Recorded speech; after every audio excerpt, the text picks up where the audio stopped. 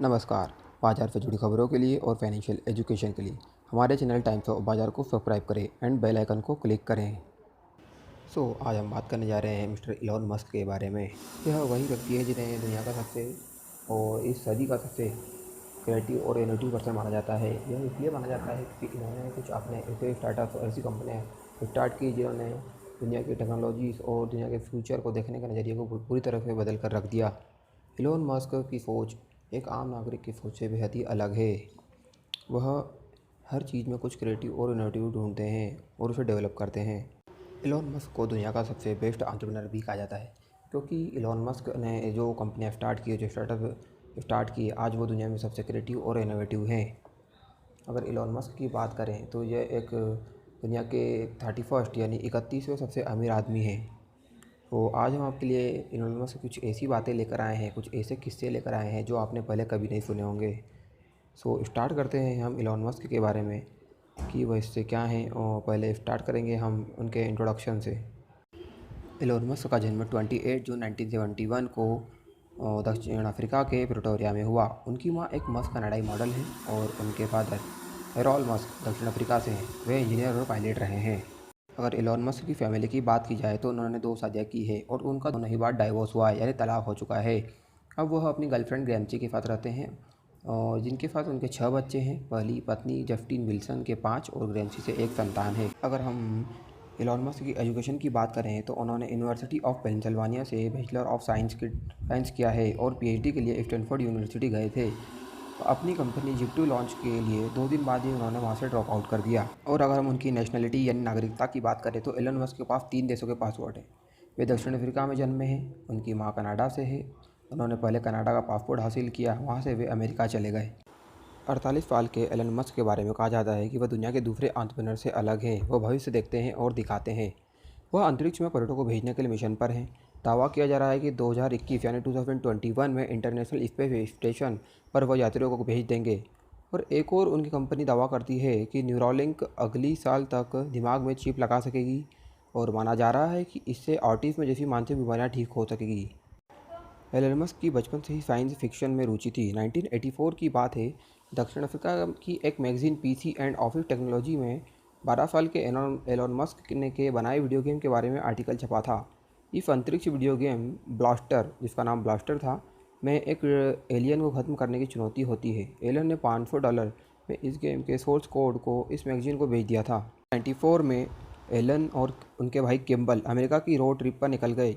उन्हें पता था कि दक्षिण अफ्रीका से हैं और अमेरिका को समझने के लिए या असली अमेरिकी बनने के लिए पहले अमेरिका को घूमना पड़ेगा। उस समय अमेरिका में इंटरनेट आ चुका था, याहू धीरे धीरे पॉपुलर हो रहा था। घूमने के दौरान दोनों भाई ब्रेनस्टॉर्मिंग करते रहे कि आगे क्या बिजनेस करना है, कैसे करना है। डॉक्टर्स के लिए ऑनलाइन नेटवर्किंग का स्टार्टअप शुरू किया, लेकिन वह उसमें फ़ेल हो गए। यह इलॉन मस्क का पहला स्टार्टअप था जिसमें वह फेल हुए थे। इंटर्नशिप का फ़ायदा इलॉन मस्क को कैसे हुआ? इलन ने पहली इंटर्नशिप कनाडा बैंक ऑफ नोवा में की थी। यहाँ के अपने एक्सपीरियंस के बेस पर एलन ने बाद में पेपल की स्थापना की थी। अमेरिका के सिलिकॉन वैली में पहुंचकर एलन ने पिनेकल रिसर्च इंस्टीट्यूट में इंटर्नशिप शुरू कर दी। पिनेकल में इलेक्ट्रिक और हाइब्रिड व्हीकल्स के लिए ईंधन अल्ट्रा कैपेसिटर्स पर काम होता था। शाम को 5 बजे एलन का एक startup up rocket science game में इंटर्नशिप के लिए जाते थे। सिलिकॉन वैली में काम करते हुए एलन ने महसूस किया कि यहाँ लोग 24 घंटे काम करते हैं।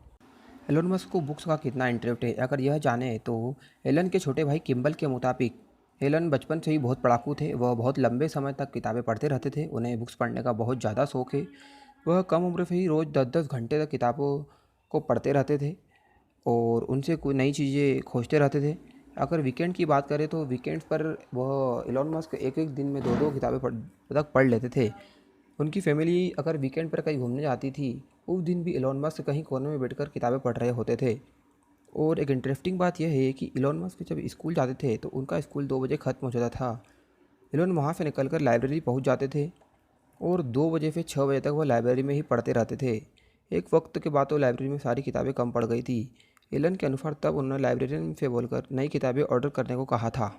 एलन मस्क के उनके परिवार के साथ रहने की बात की जाए तो एलन के माता पिता का रिश्ता भी बहुत लंबा नहीं चला। तलाक के बाद एलन और उनके भाई बहन माँ के साथ रहने लगे। मैं कनाडा मूल की थी, उनकी माँ एक कनाडा मूल की थी।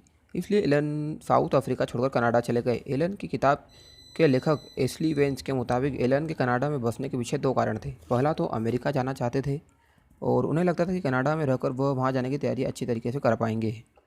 दूसरा, अफ्रीका में मिलिट्री सर्विस देना ज़रूरी है और एलन आर्मी में अपना वक्त बर्बाद नहीं करना चाहते थे। कनाडा में एलन अपने कज़िन्स के साथ 1 साल रहे। इस दौरान उन्होंने वहाँ सब्जियाँ से लेकर कैंडी तक बेची। अगर एलन मस्क की रॉकेट साइंस में इंटरेस्ट को देखा जाए तो एलन की मां मे के मुताबिक एलन की बुद्धिमानी और सवाल जवाब की आदत के कारण कोई उनके साथ नहीं खेलता था। हाई स्कूल के दौरान ही एलन मस्क ने दुनिया के दूसरे ग्रहों पर बसने का प्लान बनाना शुरू कर दिया था। वह स्कूल में मॉडल रॉकेट्स लाता और उनमें ब्लास्ट करा देता। स्कूल में एकेडमिक्स में एलन बहुत आगे नहीं था। एलन की असली रुचि फिजिक्स और स्पेस में थी। वह उनके बहुत बड़ी फ़ैन थे और उनसे रिलेटेड बुक्स और उनसे रिलेटेड खोज करते रहते थे। एक इंटरव्यू में एलन कहते हैं कि मैं बचपन में बहुत कॉमिक्स पढ़ता था। कॉमिक्स के किरदार दुनिया को बचाने निकलते हैं, इसलिए उनके इनोवेशन एक दुनिया के लोगों के रहने के लिए बेहतर जगह बनाने की दिशा में काम करते हैं। अगर एलन मस्क की संपत्ति की बात की जाए तो वह दुनिया के 31वें सबसे अमीर शख्स हैं और उनकी संपत्ति $4000 करोड़ से भी ज़्यादा है। एलन मस्क ने कई कंपनियां स्टार्ट की और कहीं स्टार्टअप्स स्टार्ट किए जो आज दुनिया की बहुत अच्छी और इनोवेटिव और क्रिएटिव कंपनीज मानी जाती है। इसमें से उनकी कुछ मुख्य कंपनियां हैं जो उन्होंने 2002 में स्पेसएक्स लॉन्च की, 2003 में टेस्ला लॉन्च की, 2016 में न्यूरोलिंक कॉर्प लॉन्च की, 2016 में द बोरिंग कंपनी लॉन्च की, 1999 में पेपर लॉन्च की, सोलरसिटी। और अगर ट्रेन में माना जाए तो उन्होंने दुनिया का सबसे बेहतरीन ट्रेन हाइपरलूप का कॉन्सेप्ट भी एलन मस्क ही लाए हैं। एलन मस्क ने अपनी लाइफ में जितने भी सक्सेस और कामयाबियाँ पाई है वह उनका श्रेय सिर्फ अपनी बुक्स को देते हैं जो वे पढ़ने के बहुत ही इच्छुक हैं और हमेशा ही बुक्स पढ़ते हैं। एलन मस्क अपनी कामयाबी का श्रेय हमेशा किताबों को देते हैं। उन्होंने एक इंटरव्यू में कहा था कि मुझे किताबों और उनके बाद मेरे अभिभावकों ने पाला है। उनकी पसंदीदा किताबें कुछ हैं जिनके नाम मैं आपको बताऊँगा, जिसमें 5 किताबें उनकी बहुत पसंदीदा हैं जो मुझे लगता है आपको पढ़नी चाहिए। जिसमें फर्स्ट है स्ट्रक्चर्स वाई थिंग्स डॉट फॉल डाउन एंड सेकंड है Benjamin Franklin an American life, third है super intelligence part dangers and strategies, fourth है Einstein is life and universe, fifth है मर्चेंट ऑफ डाउट। तो यह है एलन मस्क की 5 सबसे फेवरेट बुक्स जिसके कारण ही वे आज इतने सफल और इतने काबिल बन पाए हैं। अगर एलन मस्क के इनोवेटिव और क्रिएटिवनेस की बात की जाए तो एलन मस्क अंतरिक्ष में शूट होने वाली एक फ़िल्म के प्लान पर काम कर रहे हैं। अगर इसके बारे में जानें तो पता चलता है कि टॉम क्रूज़ और एलन मस्क स्पेसएक्स नासा के साथ मिलकर एक फ़िल्म पर काम कर रहे हैं। ऐसा पहली बार होगा जब अंतरिक्ष में फ़िल्म की शूटिंग होगी। स्पेसएक्स ने फ्लोरिडा के कैनेडी स्पेस सेंटर से फॉल्कन 9 नाम का रॉकेट भेजा था। अंतरिक्ष में इंसानों को भेजने के मिशन पर स्पेसएक्स काम कर रही है। कंपनी ने घोषणा की है कि साल 2021 से आम आदमी भी इंटरनेशनल स्पेस स्टेशन पर जा सकेंगे।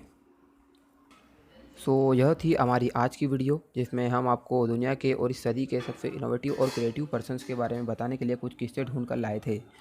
ज़्यादा से ज़्यादा इस वीडियो को शेयर करें ताकि सभी को इन किस्सों के बारे में पता चल सके, और इस वीडियो को लाइक कर दें, शेयर करें, और किसी अदर टॉपिक द्वारा मेरे द्वारा वीडियोस चाहते हैं तो कमेंट बॉक्स में कमेंट करें और चैनल को सब्सक्राइब करें ताकि हम आपसे ऐसे ही जुड़े रहें और हमारी वीडियोस आप तक पहुंचती रहें। Thank you and good bye.